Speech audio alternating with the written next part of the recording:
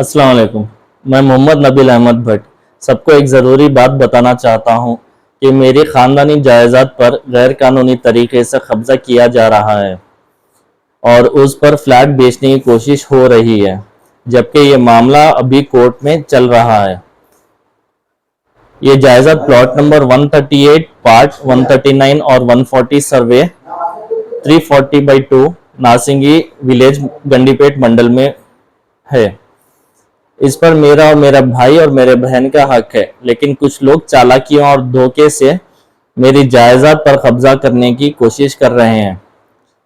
यह ज़मीन 1997 में मेरे नानी मरहुमा साहिबजादी सलीम पाशा ने अपने पैसों से खरीदी थी, मगर कुछ लोगों ने मेरे हक को नज़रअंदाज करते हुए एक दूसरे को ज़मीन का कागजात गैर कानूनी तरीके से ट्रांसफ़र कर दिए।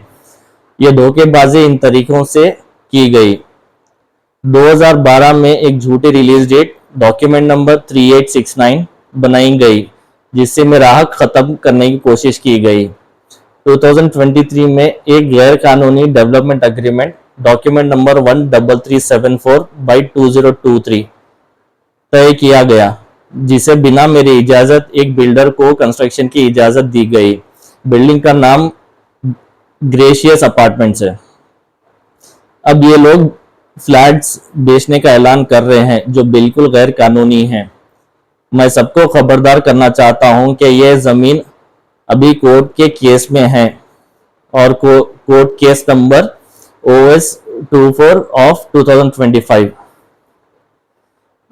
मैं सारे अथॉरिटी से गुजारिश की है कि ये ज़मीन पर कोई रजिस्ट्री और डील रोकी जाए, ताकि आगे किसी और का नुकसान ना हो। मैं आवाम, मीडिया और अथॉरिटी से अपील करता हूं कि इस मामले को संजीदगी से देखें और किसी को धोखा ना होने दें। वाली साहब को 3 बच्चे हैं। मेरे बड़े भाई मोहम्मद अकील अहमद भट्ट, मंगला मैं मोहम्मद नबील अहमद भट्ट और छोटी बहन है सना असमत भट्ट। 3 बच्चे हैं बस। अब हमारे वालिद साहब का साथ में कोई एक कुछ और अफेयर चल रहा है किसी के साथ में, तो उसके चलते हुए पूरा हमारे वालिद साहब का फोकस उधर ही है। हम मसल हकदार है, हमारे को होते हुए भी जो है सो हमारे को लावारिसों के जैसा छोड़ दिया है। अब मैं जो है सो एक बायलेटरल एवास्कुलर नेक्रोसिस पेशेंट हूँ और मेरे दोनों भी बच्चे ऑटिस्टिक है। एंड मेरे बड़े भाई का भी जो है सो माशी हालत उतनी ठीक नहीं है। अब हम हमारे पेरेंट्स से सपोर्ट नहीं तो किससे पूछना। पेरेंट्स भी हमारे को जो है सो केस होने के बाद से पूरे ब्लॉक करके रखे हैं। ना ही हमारा कोई सपोर्ट है, ना कुछ ना क्या, ना ही हमारे फाइनेंशियल कंडीशन भी इतने अच्छे नहीं है। आप लोगों को कुछ देते बोल के बोले थे आप, आपके वालिद साहब वालदा? अभी जब बात हुई थी तो शुरू में वही बात हुई थी हमारे नानी के सामने भी, और हमारे वालिद वालदा भी वही बोलते थे कि 550 गज़ की ज़मीन में 200 गज़ भैया का है, 200 गज़ मेरा है, 150 गज़ मेरी छोटी बहन का है।